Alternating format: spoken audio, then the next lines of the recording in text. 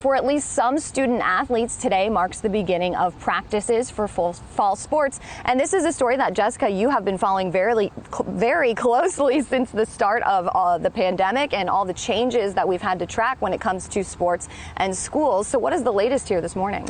That's right, and Lisa, that's because getting your kids safely back to school is a commitment for us here at Fox 4. So a big question when we talk about the fall sports season is what games are going to look like, and specifically when it comes to Lee County High School sports, are we going to see fans allowed to attend those games or not? Let's start with what's happening today. So go ahead, look at your screen. These are the practices set to resume today. Then a week from now, high-risk sports, including football and volleyball, will join this list. But when it comes to games in September, there's still a lot of unknowns. For now, we know they'll be played locally within the district. Then they could expand to play schools in Charlotte and Collier.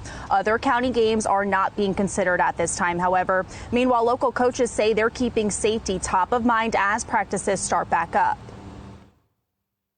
If we don't play, the kids can still get it. So it's really just about educating them on their home life, the school life, and the football part of it. It's just another part where we got to continue to be safe.